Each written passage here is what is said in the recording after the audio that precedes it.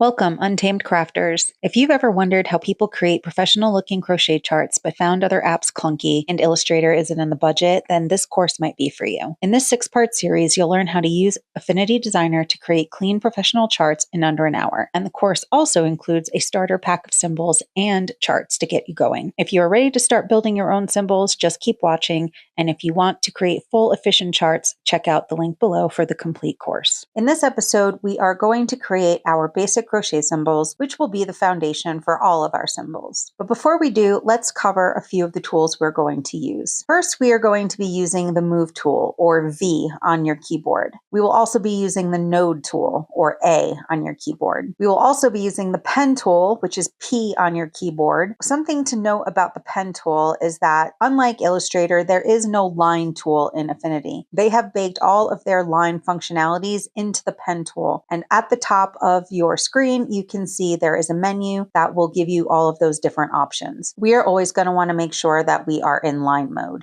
Next, we will use the Knife tool, which is K on your keyboard, and this is going to let us cut strokes in half. We will also use our Rectangle tool and the Ellipse tool for building some of our symbols. So let's start by making our half double crochet. So let's come over and get the Pen tool, and you'll want to make sure that your stroke has a color set, in this case black, that the width is 0.2 pixels. Make sure that our mode is set to line mode. And then we will click on a line in our grid, hold shift and drag down. This is going to ensure that we get a nice straight line. Now, as you can see, there is this blue line that goes down the center of our symbol. And that is going to indicate to you that you have that object selected. It's also going to give you a handlebar that you can use by hovering over to do rotations with. We also want to make sure that our snap to grid is turned on. And this is going to enable us to make sure that our alignments need as little as manual adjustment as possible. You can click on the drop down arrow to see all of the available options. Now, something to point out is that we want all of our symbols to stay within an 8-box border so that we are able to use our alignments properly. The only time that a symbol will go outside of this border is if it is a bigger symbol like a popcorn stitch, which typically takes up more than its own stitch space. So now that we have our line, we can make our top half double crochet line. We'll come back and get the Pen tool again, and we will click, shift, hold, and create a second line. Now with the Move tool selected, we can drag it down on top of our half double crochet vertical bar. Now we actually want the top of this to be 6 pixels, so we will change that to 6 in the transform box and move the top into place. Now to create our half double crochet, we will select all of the lines, hold down Option and Shift and drag. And that is going to create a duplicate of your half double crochet. So instead of getting the Pen tool again, we are just going to do the same thing by selecting our top, holding it down, Option, Shift, and drag. And then this will create a second line. And we want the width of this line to be 4 pixels. And as you can see, the size changed, and then we can just drag it into place. And now we have our half double crochet. So if we hold down space on the keyboard, you can see this hand appears. And if we click with our mouse, we'll be able to move our artboard over. So let's select our half double crochet, and again, Option, Shift, and drag.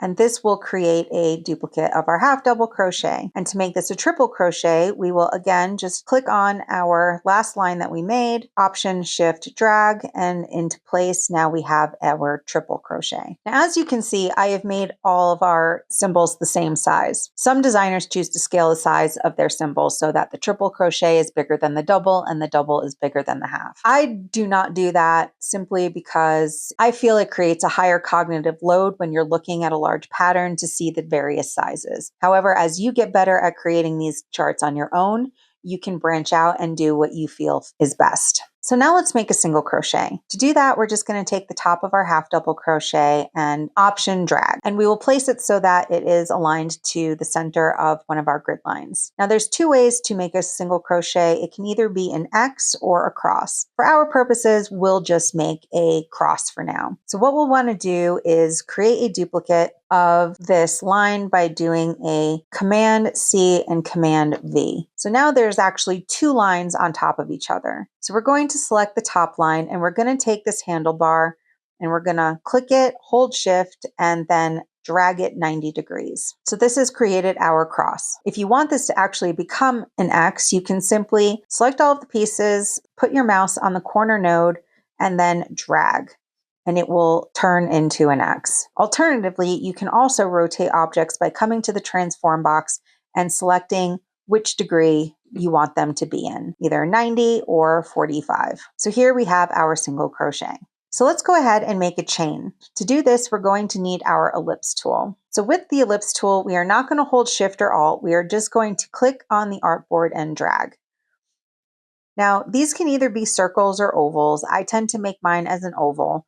But what you want to make sure of is that it is not any wider than your crochet symbols are. So this is currently 5, but we want to make sure that it's the same size. So we'll go to the transform box and we'll make it 6 pixels wide. You can also make the height larger or smaller as you want. I usually make mine 3 pixels high, but if you want a wider chain, you can make it 4. So now let's make our slip stitch. We'll grab our ellipse tool again, and this time we are going to hold shift and drag because we want a perfect circle. Now slip stitches are generally solid circles, so we are going to change this by going over to the color box. In this top hand corner, you can see there's this donut and a circle. The donut is your stroke color. So if I change the color here, you can see that the stroke changes. Now, if I want to swap between the stroke and the fill color, I can just click this arrow and now I have a full circle. So now that we have all of our basic symbols, meet me back in the next one where we will go over making the more advanced